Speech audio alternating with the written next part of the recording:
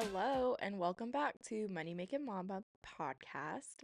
Try saying that 5 times. Money Makin Mama podcast. Money Anyways, Making Mama podcast. I'm Kelsey and this is Nancy, mother and daughter duo, Nana Mama.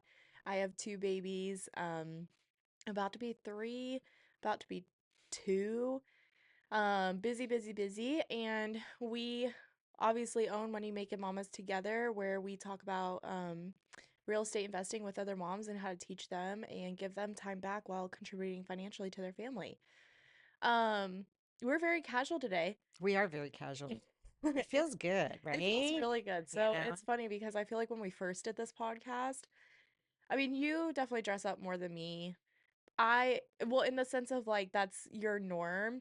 My norm is putting on jeans. Like that's my dress up because every day this is my normal attire, leggings, Yeah. t-shirt, and a hat. But anyways, so we're kind of casual today, Yeah. but excuse me. But So, I'm trying to up my casualness yeah. because I don't feel like I have like overdressed clothes, but I feel like I need to have a stylist maybe. So Yeah. I've been following this lady. She's a little older, Mhm. but she's got some cool things, like some necklace things that you can, I never saw this before, where you take like one strand of necklace and you could hook it to another one to make a really long necklace, and then you're like Oh. double, yeah. So you Hmm. can take two necklaces, make it one, and then kind of double strand it. And Hmm. I was like, oh, that's really cool. Hmm. And because I have a hard time wearing heels now, she had some recommendations for these really cool shoes. I looked them up and so I'm going to order a pair because they were super cute. Oh, nice. That's Yeah. awesome. It's always good when you can find like a comfortable, Yeah. like And comfortable, nice shoe. it's nice, but it's also, it could work with jeans or a skirt or I whatever. So I'm love pretty that. excited. Yeah. That's awesome. So I'm trying to, so yeah. So if anybody has tips for somebody who's over a certain age, it's hard, like you It don't is. want to be frumpy, Yeah. right? You want to look good, but sometimes when you get older, you just can't. I used to wear those really high heels and Mhm. I can't do it anymore. But you know, it's so funny you bring that up. And as I'm like sitting here recalling in my mind, like I also feel in this weird, like sometimes I feel like I am good, like I can do shopping and like find stuff that works for me and whatnot. But I am having a hard time right now because the trend is like the baggy jeans and like I don't even know. I mean, And you have to be super you have to be skinny super to look skinny, good in have those. I like if yeah. I tried to do that, I would just look like a bag lady. You know Yeah, what I mean? well, 100%. Us women that have some hips and some legs, we do not do the baggy jeans. But it's funny. And so, but even going shopping, like I don't do online shopping is really hard because I feel like I'm a size X in this and X in that and varies so much. And then like when I was younger, I could go to Charlotte Russe and Forever 21 and things like that, and that'd be easy. And now it's like, yeah, that's not my stores anymore. I need my Well, I fr heard that they were building a Bloomingdale's close to us. See, I've never even shopped there. Yeah. That's So I your think, that's your story. yeah. It's not So, mine. I will say I have gotten stylists over the years, and there's Mhm. a lady, I'm going to give her a shout out, Maureen, over at Dillard's at Stonebriar.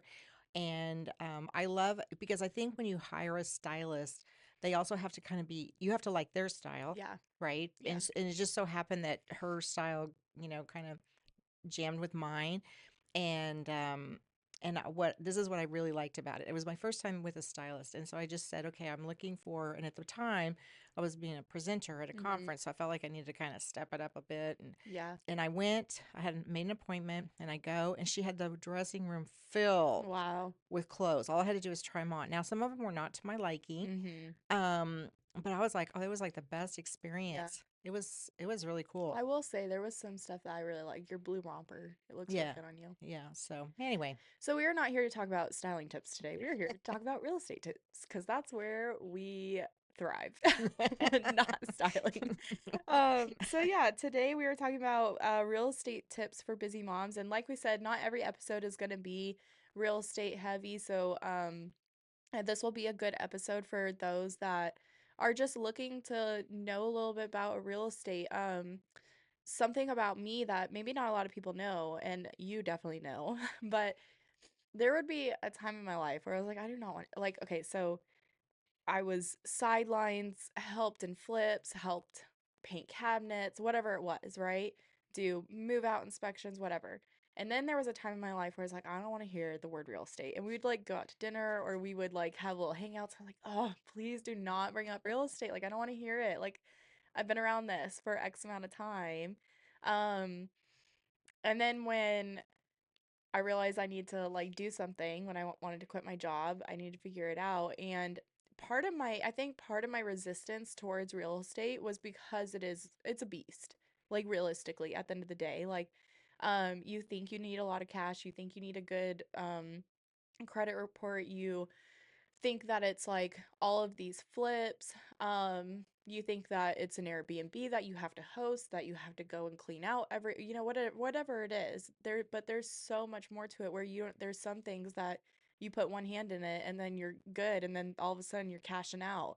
Um, so I think that was my resistance. I think that's a lot of people's resistance is they're just not, yeah, they just think it's a beast. So today we are debunking that beast, That's right. On right? real estate investing. So let's be And clear, it's not about going and buying your first house. yes, I yeah, mean, yeah. could be, It but we're could going to be, talk but about real estate investing. yes. So, And if this is your first episode listening, for those that don't know, Nancy, I do say you are a guru about real estate investing. You've spoke at Texas Realtor Conference. You have like one of the top classes on short-term rentals. You teach at CCAR, Metro, so all the things. You've written books, Winning Deals and Heels. So this is the episode to listen if you're just thinking, just that little itch in the back of your brain if you're thinking about real estate investing, right? okay, but I'm going to say I'm not a guru because I You might not know. But are. all right. Okay. Thank you. Thank you for the plug. All So, right, all all right, right, here we go. all right. Starting us off. What's the easiest way for a busy mom to start learning about real estate investing? Okay, that's probably one of the top questions. Besides that, and where should I buy a property? So, the easiest way to get into real estate investing is to follow along with somebody like me. There's a lot of people out there that know about real estate investing. So, I think education is first because what scares people about real estate investing is it's money. It's like, am I going to lose my life savings? There's a lot of fear around if you've never bought investment properties before. So I think, educating yourself and aligning yourself with people that you trust, Mm-hmm. that you can get to know. Now busy moms don't have the luxury of just, hanging out at networking groups and Right. things like that. But there's lots of podcasts out there, not just ours. Mm-hmm. There's other bigger pockets. I'm going to do a shout out for them. Mm-hmm. Um, I was on one of their podcasts a long time ago about some creative ways that I buy real estate. And to know that it's a journey. And when I say that, when I first started 20 some years ago, I didn't know anything. Mm-hmm. And I read Gary Keller's The Millionaire Real Estate Investor. Mm-hmm. I had a mentor, so I had someone that would hold my hand, Mm-hmm. reassure me I was doing the right thing. And they were also an investor because I think that's important to work with other people that have been investing, not just talking about it. Mm-hmm. So, kind of educating yourself and then pick a strategy. So, when I say that, like, there's so many ways you can make money in real estate, right? Mm-hmm. I mean, you can wholesale, you can, and we're going to talk about these things, and you might not understand the terms. That's okay. Just know that there's a lot of ways you can make money in real estate. So, let's say that you're a mom and you just are fascinated with having a short-term rental because it's fun to think about. So when people ask me about that, one of the things I do is I say, well, invest where you know or you have trusted boots on the ground because let's say that you want we've talked about this of investing in before the hurricane that they had in North Carolina. We were thinking about investing there Mm-hmm. in Asheville area, but I also researched and knew that they had a lot of restrictions, on Mm-hmm. short-term rentals. But one of the things that when we have short-term rentals is where do we want to go on vacation? Because I mean, Mm-hmm. you're going to go there sometime, so it might as well be someplace that you want to go. Mm-hmm. And then if you have what I mean, trusted boots on the ground, people that you trust that can go look at the property. Mm-hmm. So let's say that I wanted to invest in Kansas, and I'm from there, and there's actually some good deals to be had in some of the areas in Kansas. I don't live there, and I live 6 hours away. So I have people that, I trust that can go look at, when I say trusted boots on the ground, they go take pictures, they give Yeah. me reports and things like that. So, Yeah. So just having a network of people, and whatnot. And like you said, like learning from people, picking a mentor. And I do know one of the best things that you could do for yourself is investing in yourself and investing in your education. Sometimes that's like the biggest cost, right? Yes. Is just investing in yourself. Yeah, and you want to make sure that you do your research there too, because Hmm. there's a lot of people that take your money. Yep. Yeah. So you Yeah. want to make sure that you find out. Like I'll just give an example of something that happened to me. So I've paid for mentors along the way, Hmm. and so there was a guy. He was from San Antonio, and I went to, and he had a TV show, and my husband and I went to one of his rah rah sessions, I call them, and I got so excited. We signed up right then and there. Plunked down our $1,500, and then I'm a Texas real estate broker. And so Hmm. all the contracts that they have are out of California. Hmm. And so I can't use those. Hmm. And I was like, And then they wanted you to go out to California to do property tours and buy properties in California. Well, if you don't know anything about landlord friendly states, that is not California. And that's not where I wanted to buy any property. Hmm. So, anyway, it took me like three very contentious Hmm. days to get my $1,500 back. Hmm. And so that really wasn't a good match, not because they didn't know what they were talking about, but because I couldn't use their forms or their contracts because it's all in California. I don't want to invest in California. Yeah, that's fair. That's fair. Okay, so can you, in very simple terms, very, very simple terms, for people that's, again, doesn't have no idea about real estate investing, can you explain real estate investing in simple terms? Okay. I know it's hard sometimes because I get caught up in the You moment, do. right? You do. Because I've been doing it. So, okay, in simple terms, investing in real estate means that you're buying an asset, which in my case, I'm single family homes. I mean, you can buy commercial. That's not what I do. Condos, Yeah. apartments. So condos, apartments that are like apartment buildings that are like what I call eight plexes or less. Anything higher than that, you're getting into like multifamily and commercial. So that's not what I'm talking about here. So you're purchasing an asset Mm-hmm. with the idea that that asset is going to either one, cash flow, um, two, which is usually huge, is the tax benefits that you Mm-hmm. get, Mm-hmm. right? So less taxes that you have to pay.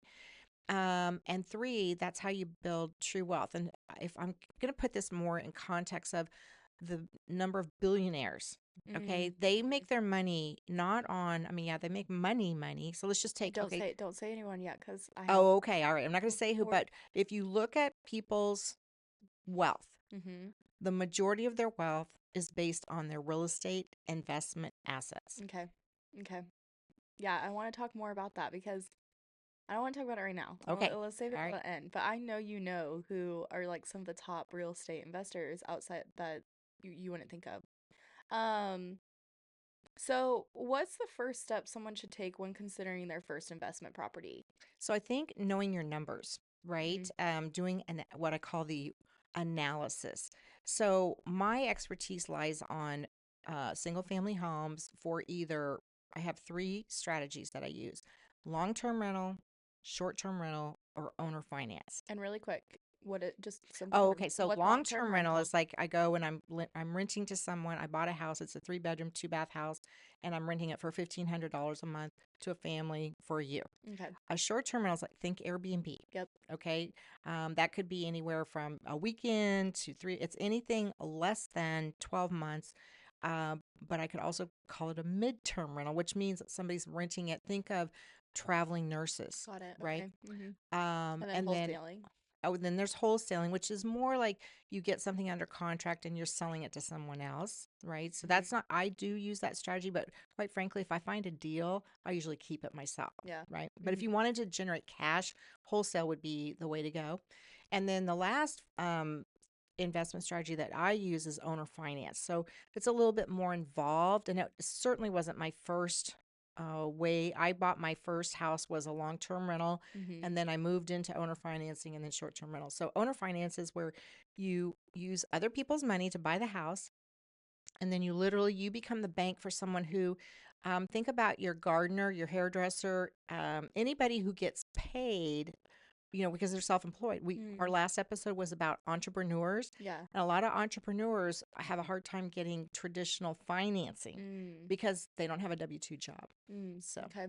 So say one of our moms out there was okay, let's just take me for example. Okay. So I'm full stay-at-home mom. The kids are with me 24/7. Bear doesn't take a nap. Toby, they're both up from like 7 to 7. They're both crazy little beans. They're so fun. Um, I am trying to be more present with them. What route would you say that I should go if I want to start real estate investing? So I would say, first of all, you got to find at least 15 minutes a day to search for properties, Okay. right? So, I mean, that could be That's like, a Miss Rachel show right there. yeah. Right? I mean, if you can carve out 15 to 30 minutes, you can find deals. It's just like, where do you look for them, right? Hmm. You can have a real estate agent that knows investment properties. Now, I'm just going to say a little caveat here, and to all my realtor friends, if you're not buying investment properties yourself, then don't hire that realtor to find Mm. investment properties for Yeah. you. But you could use that. I use off market lists, Mm. so I do marketing, and I personally don't do it. I pay someone to write cards for me and mail them out. So that's going on while I'm sleeping, Right. right? So Hmm. there's all kinds of ways. I mean, one of my favorite ones is driving. You got to take your kids to places, the grocery store, whatever. You take 10, 15 minutes, drive through a neighborhood that you think might be a good, and you look for distressed properties. You write the address down, you send them a card. Hey, are you looking to sell your home? So So, that's nice because I mean my kids can enjoy like a good hour car ride mhm, that's nice because I know the biggest annoyance is when you have to get in and out, in and out, in and out with your kids.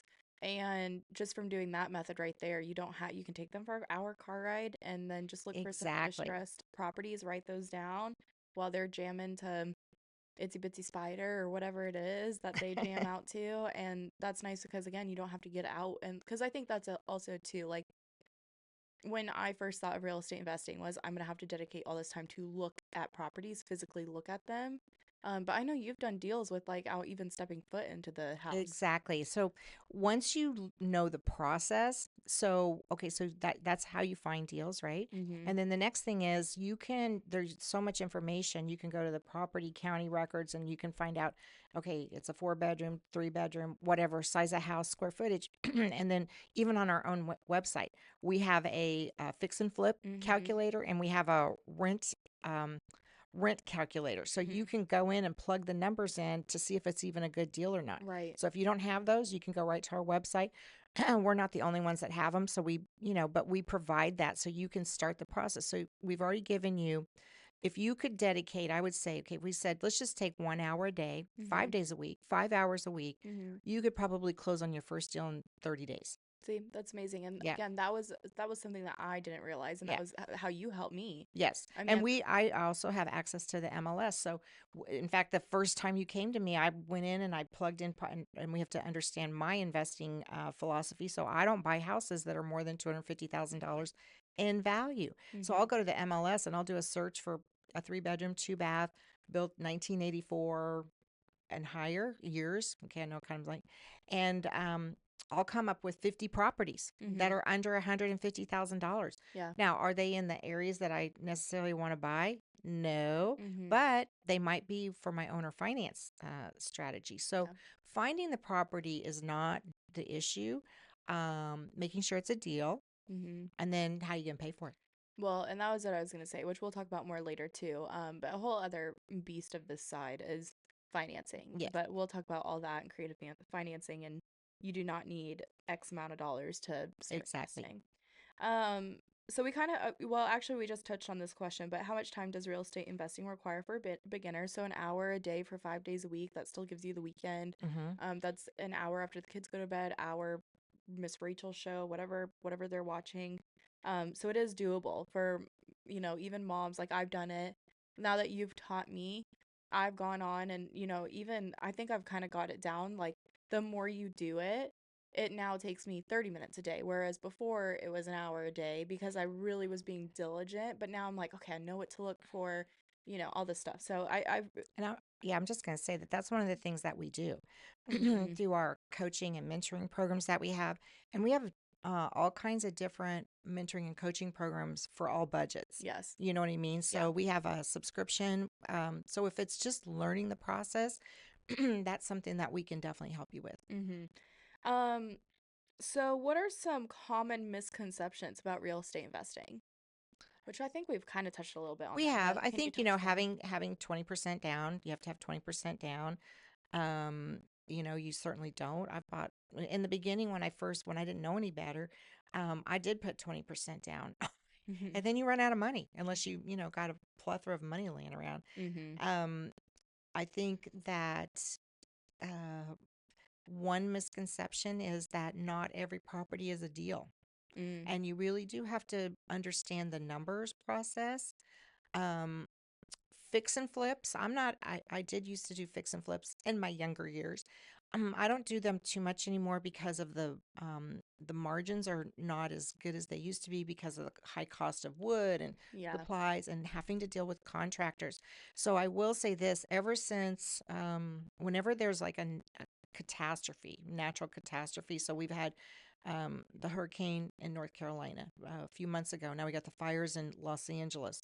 So when the rebuilding starts, finding qualified Mhm. handyman contractors is going to be hard because they all flock to where the money is, Right. and that's where the money's going to be. So Right. fix and flips are harder, I think, to manage. And for a single mom, or not a single mom, but for busy moms, I would not recommend that strategy. Not Yeah. It's not that you couldn't do it, but it's hard to take your 3-year-old Right. to a house that's now I used to partner with somebody, Shelby. Hi, Shelby. Mhm. And she would bring her little kids to the flip. But they And were a little bit older. they were, I think, her oldest at the time was 5, and then the Mhm. other one was like in the crib or whatever. But there's dangers. Right. Yeah. There's Yeah. dangers Mhm. there. So Mhm. you just have to. She was good at multitasking. So Well, you had a partner there. yes, And I think that's another thing too, is like you're a single mom trying to do a flip, that's one thing. That's yes, really hard.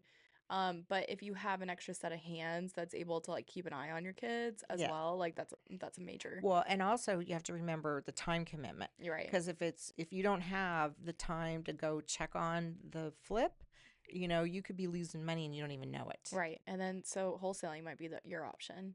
So wholesaling is actually, you have to be a really good negotiator. Mm, And so I've only wholesaled maybe a handful of properties over my career, only because when I find a deal, I'm more apt to keep it. yeah. So the thing with wholesaling is you've got to get it at such a low price. Hmm. And if you're in a seller's market, that's hard to do.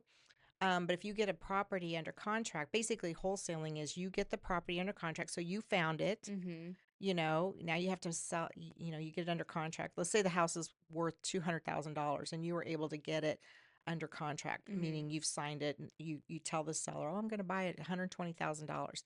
Well, now you're going to try to turn around and sell it for, let's say, 125 or Hmm. 130 to keep that delta, that 5,000 or 10,000. Well, you have to have a buyer's list. And some people just, that's what they do. Right. Um, but if you got that house at 125 and it's worth 2 and it only needed 20 worth of, I Yeah. would keep it Yep. because Hmm. you're going to make more money in the long run. But if you're somebody that's, a lot of people want to get into wholesaling because they feel like it's a good way to raise cash, which it is. Yeah, definitely.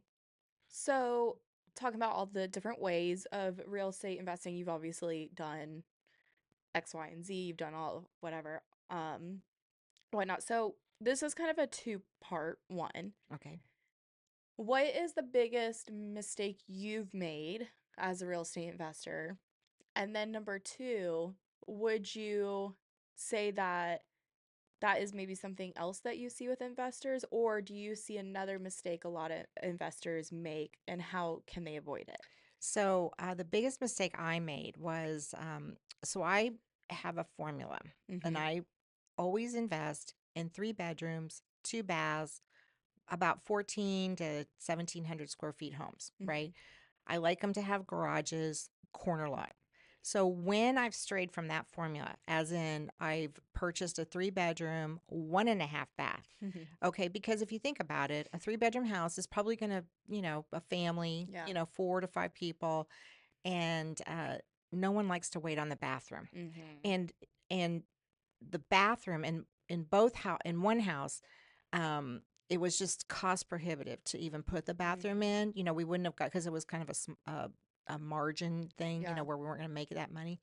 And then the second, so I actually we did sell that house, but I also had a partner on it, and the partner Mm-hmm.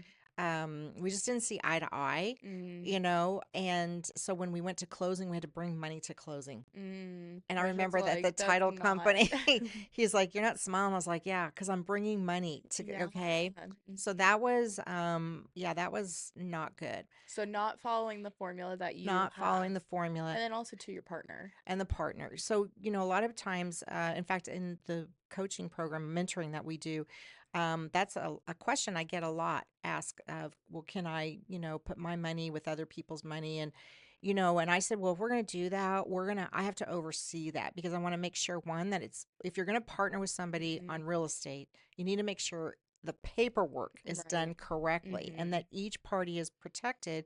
And things that people don't think about is like, well, what if one of the partners dies?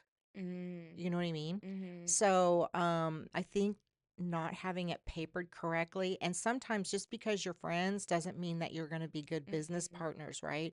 So you have to have a real honest discussion about how you view things. And I'm a very organized person, and because I'm a licensed realtor in Texas, you know, when I put that house on the market, you Mhm. know, I have to make sure, you know, there's a seller's disclosure. So I have to Mhm. make sure I permitted everything. And so if you're partnering with somebody who doesn't follow that same guideline, Mhm. that could be a problem. Because Yeah. if you're a realtor and you get sued, you're going to lose, Yeah. you know, because you should know better. Right, right.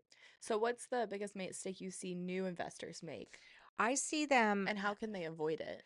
Well, I think the biggest thing is that they get excited and they just want to get into the Yeah. game and they Mhm. overspend. And Mhm. they get I have a story of a young couple that came to me and they asked me about a house and I said and they'd already purchased it and I said, "Well, whatever you do, don't over improve it." Because you know, Right. you were talking at one of the episodes about, you know, when you purchase a house, whether it's for an investment or For personal, yourself. you know, someday you may want to sell that. So whatever improvements you're going to do to the house, always think, am I going to get a return on investment? Right. So anyway, then one of my other rules, my formulas, don't buy the biggest house in the neighborhood.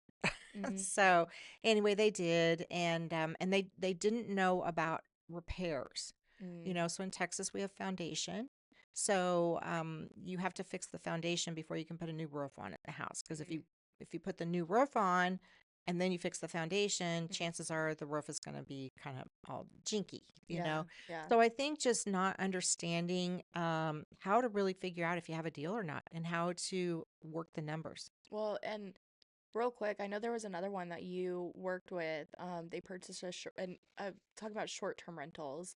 They purchased one in Dallas and not reading the guidelines around, because a lot of, I know just listening to you, but a lot of cities are now being stricter on the guidelines around short-term rental Yeah, properties. exactly. They bought this. They called me about a short-term rental. They didn't tell me that it was going to be in Dallas County. And then after the fact, she goes, "Oh my gosh, they have restrictions." Yeah. And so, yeah, I mean, if you're going to invest, and we talked about, you know, the research. So it's not just about the research and the numbers, but when you know, knowing the market. Mm-hmm. You know, if you like, we live in Frisco, Texas, and I would love to say, and I say this all the time, I'd love to invest in my own backyard. It's too pricey. Yeah. You can't make it Can't cash flow. imagine. Yeah. Now, granted, if you do have a house before COVID, uh, before COVID in Frisco, Texas, hold on to that baby, That's right. because Because we're what a, almost landlocked. yeah. And yeah, so we bought our house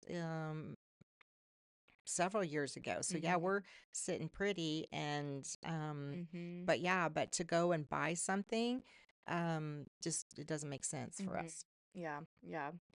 So going back to moms, how can moms use real estate investing as a way to build generational wealth? Because that's one thing that we really talk about is start investing in real estate and you're going to build your generational wealth. So first off, maybe break it down. What is general wealth, just in case no one knows it out there? So generational wealth is basically you're just passing your wealth on from you to your children and then, you know, Setting them up legacy, for like college, like a things, college. whatever they Yeah. want to get So into. I don't know if we're going to probably not go into it a whole bunch here, but, you know, I teach about how to use a self-directed IRA Mm-hmm. to purchase real estate. And self-directed IRAs can be like the college, Mm-hmm. you know, as we're recording this today, they haven't changed it, but, you know, you could have a college fund, you can have a Roth IRA, Mm-hmm. you know, that kind of thing. Um, but building wealth today for your future tomorrow is really what generational wealth is all about. And that might be something that you want to pass on to your children and also teach them about real estate investing. So, to the first part of the question, how can moms use real estate investing as a way to build generational wealth? So I think, first you have to get your first property, Right. right? So we've talked about all those ways. And then you have to manage that. And when I Hmm. say that, like you have to decide. Now, I always look at each property that I purchase, it needs to have at least two different exit strategies because the market always changes. Like it's a buyer's market. That means that, you can go out there and get good deals. A seller's market is when everything's like overpriced. So we just are coming off of a seller's market. It's sort of changing into a buyer's market where we're at, but the market always changes. So, for example, um, during COVID, short term rentals, Airbnbs were just hot, hot, hot, like hot, Hmm. Hmm. Then after COVID, that all kind of died down because Hmm. people were able to just work anywhere. Hmm. So then, about the year after COVID, myself and a lot of the people that I know that have short term rentals saw a dramatic decline in the Hmm. number of bookings Hmm. because, people were going back to work. And it used to be that, you could go to a short-term rental. School didn't matter. But once Right. school got back into session, so then those people, some people got stuck because their short-term rentals couldn't convert Mm. into a long-term rental, meaning they could rent it out, Right. or maybe it couldn't be a mid-term rental, meaning they could do it. And maybe they had too much money in it and they couldn't own or finance it. Hmm. So look at strategies. So building generational wealth means, okay, you have that asset and you're going to keep it, right? But you have to be able to make money off of it. Right. That makes sense. That makes sense. So can you share a success story of a mom who started investing? And actually, let's just switch this. What about why don't you just share one of your success stories? Because I know you got your $100 story. I do have my $100 story. Okay, so I have a lot, right? Because I've been doing this. How about you share your, How about the $50,000 house? well, I was gonna say, what about in terms for a new mom? So like break it down in your mind of like all your successful deals. Maybe it's your kind of your newer ones. Maybe for some for getting into real estate investing, your most successful one. Does that make sense? Yes. But also give proof of concept in case they want to. Okay.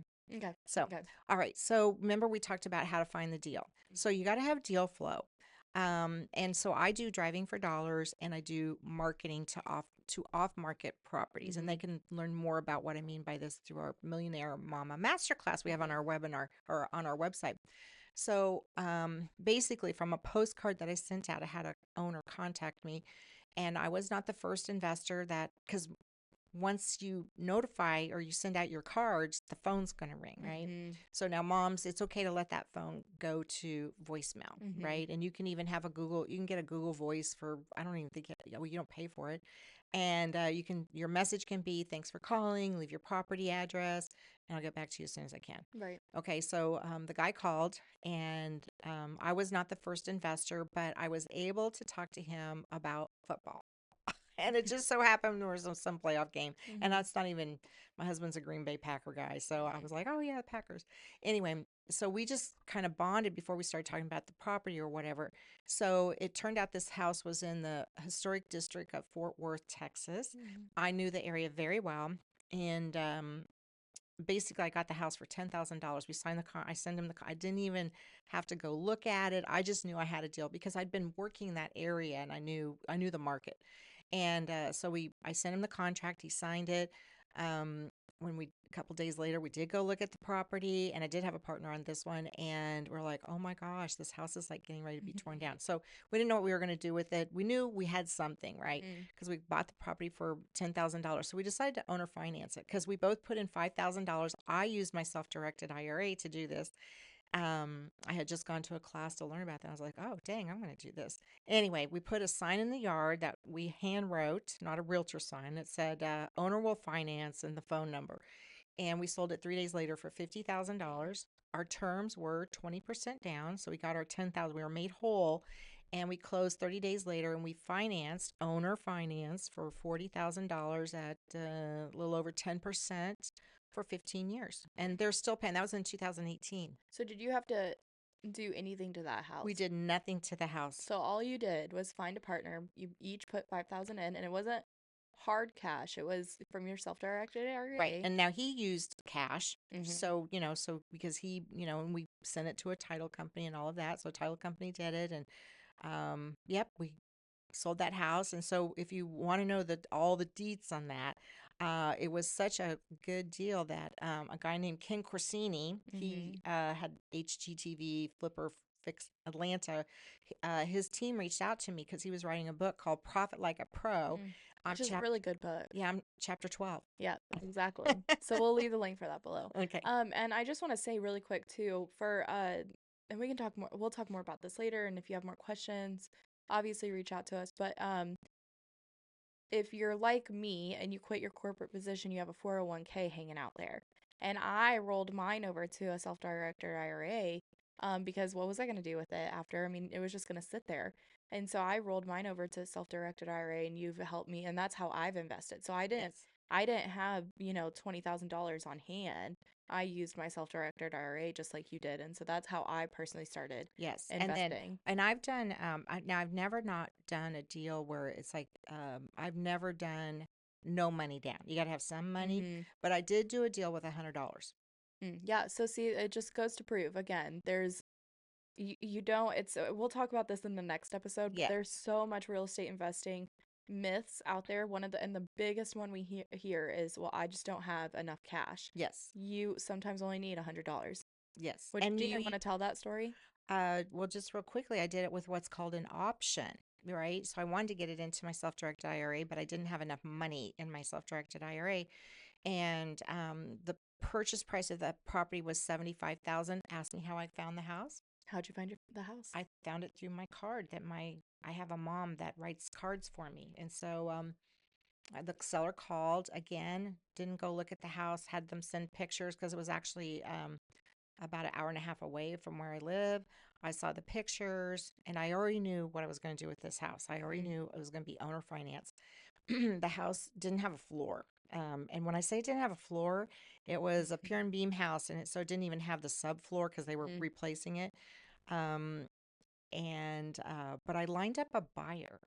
So I bought the house for 75 and I had a buyer. So I used, okay, we're going to get a little complicated. Okay, try to keep it Okay, I so used our new other moms can people's money. understand. You're talking Other to me. I'm okay.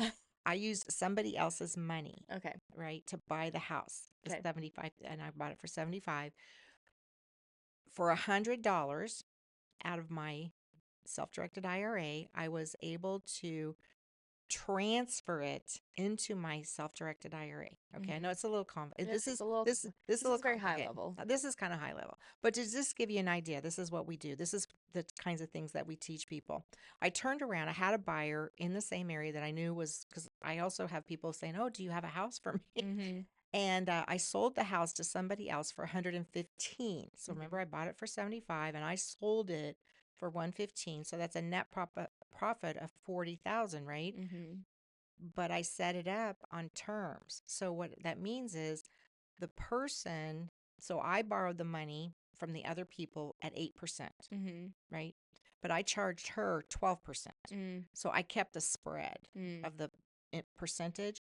Plus, when she paid me her down payment, which she had to pay $11,000 down payment, mhm, that went right into my self-directed IRA. Now, all of this is done like I didn't touch any of this money because with a self-directed IRA, there's rules and things like that. So you have to have a title company that will do that. I was directing what would happen, but mhm. I didn't actually get that check. And then the cool thing about it being in my self-directed IRA is you don't pay taxes on it. Which is great. We love that. Yeah, we do love that. And I'm not a CPA. I'm just telling you this is how it works. Yeah.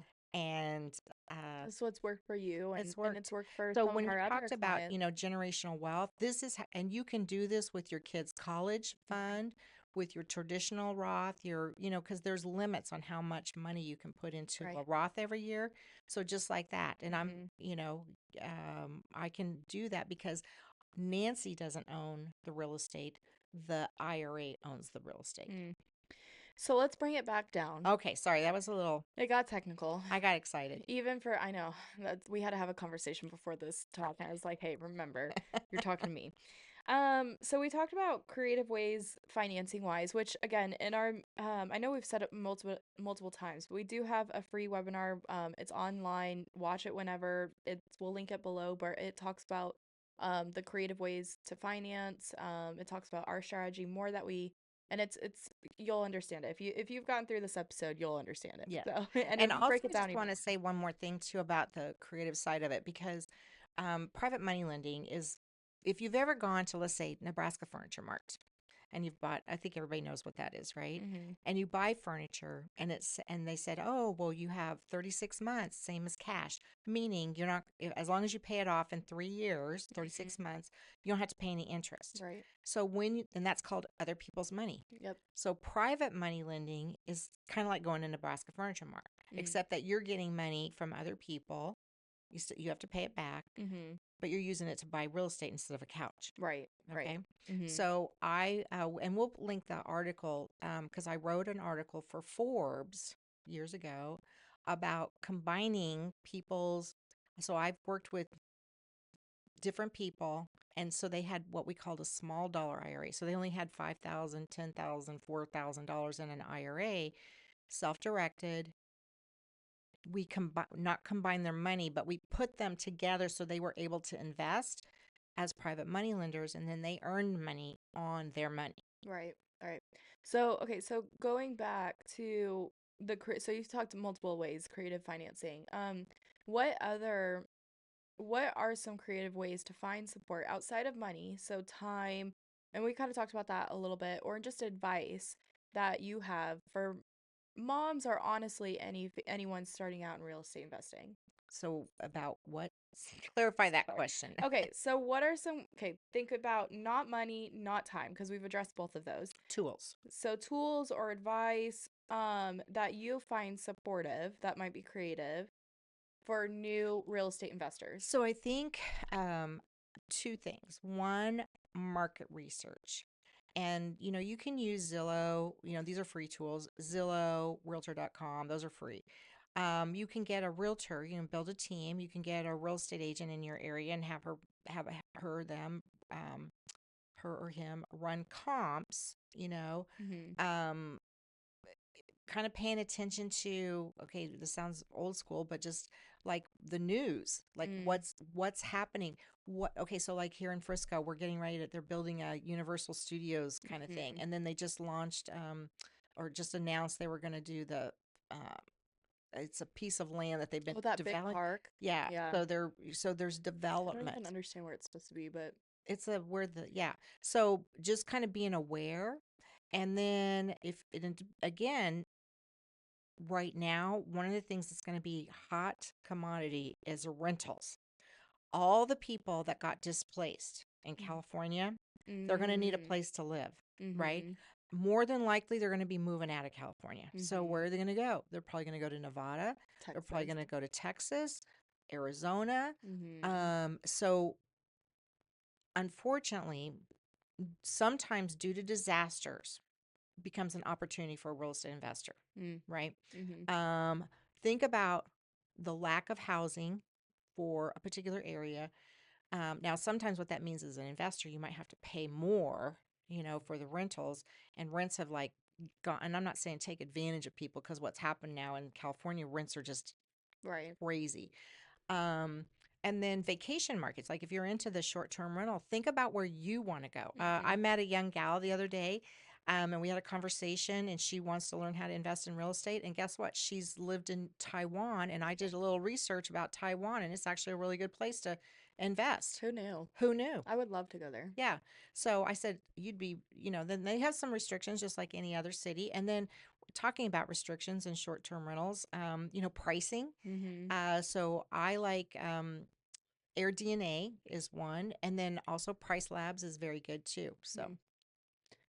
I like it. I like it. So, what would you say? Our final question before we get into our rapid fire questions, because I did come up with some rapid fire questions, real estate okay, version. I feel the seat hotting. um, and I say rapid fire, but they're like just random questions.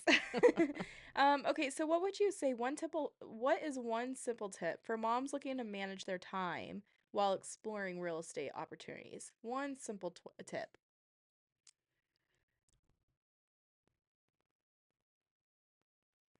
I'm thinking, I'm trying to see which one would be the best. Um, so they're wanting to like get into it. So I think it's about finding the properties. Mm, So I would say spend, 10, 15 minutes a day looking at, so depending on what you're looking at. So if you're looking for a long-term rental, that's what you think you might want to buy, look at how they're decorated. Because, mm, one of the things that we talk about is like don't over improve. And so a long-term rental, meaning somebody that's going to live there for a year or two or whatever, mm-hmm. you're not going to finish it out like you would a short-term rental, Right, right? So if you do buy a vacation home, you're going to need a little bit more money to make it snazzy and pop. right. So I think kind of knowing and then sticking to a formula. And if 3 bedroom, 2 bath works, because remember, the bigger the house, the more it's going to cost. Yeah. And I will say for my tip, and again, I'm not the real estate pro, you're the one answering all the questions, but my simple tip for moms looking to get into real estate investing is just determine what your goal is. So, like, mine was I needed to kind of come up with fast cash because I was quitting my job. I needed to supplement my income for my household. And I also knew I didn't want, I'm not a DIYer, I'm not a handy person. So I knew I didn't want to do like any flips. I would love, I mean, my next goal is to have a short-term rental, but um for me personally, long term wasn't really the goal and a flip wasn't. So then we, talked about owner financing and wholesaling and things like that and using our self. And again, I didn't have a lot of cash on hand. So I think my simple tip is also figuring out what route you want to go and what's going to benefit your family. Because the great thing about real estate investing is, and this is kind of a plug for Money Making Mamas too, but w- can be tailored to anyone. Yes. Like, and that's the great thing. Like, you can I mean, if you want just a secondary home to go vacation with your family on the lake, well, that can also benefit you in tax deductions, or, you can make some income off of that. Or, like I said, if you're just trying to supplement your income because you want to quit your 9 to 5, and then for us, how hands-on do you want to be? And that's where our coaching comes in, is Yes. how hands-on do you just want to do it weekly, whatever it is. So that's my only thing about that. Do you And have any follow-up? I would just say that if they had even an inkling that they might want to, get started, you know, reach out and let's just talk. Let's have a Yeah, conversation. It it doesn't doesn't. cost Yep. anything. We love to do it. Get to know you. We'll kind of find out what your goals, what is it about real estate investing that you want to do? Because there are so many ways to make money, Mm. and you don't need a ton. You do need to say you need some, but you don't need a ton of money. So, Yeah, but and I think that's yeah. I think just maybe the first tip is just to have the phone call, yeah. and I get up early so they could talk to me, or you stay up late so they could talk to you. So. Yep, exactly, exactly. And if again, my as I said in the beginning, I was the least resistant, or I was the most resistant, not least resistant. Well, how should they contact us? I mean, they could leave a comment here, but Um, they follow us on socials, comment, email, however you feel best you want to reach out to us. yeah, We're available all the places. Okay, so we kind of mentioned this, but let's talk about celebrities in real estate investing. So okay, so a little backstory. We're a part of Frisco Chamber, and they had their, like, on Halloween was on a Thursday. They have their Thursday mornings, and so mom was like, "Hey, can I don't get to go to a lot of them just because of the kids, and my stepdaughter goes to school at like really early hours, so it's conflicting." But she was like, "Hey, I really want you to go to this one. They're doing dress up. Who should we go as?" And I was like, "Well, we should go as like a mom and daughter thing." And at the time, I was listening to Gilmore Girls. If you were listening last episode, I listened, or I watched that show a lot.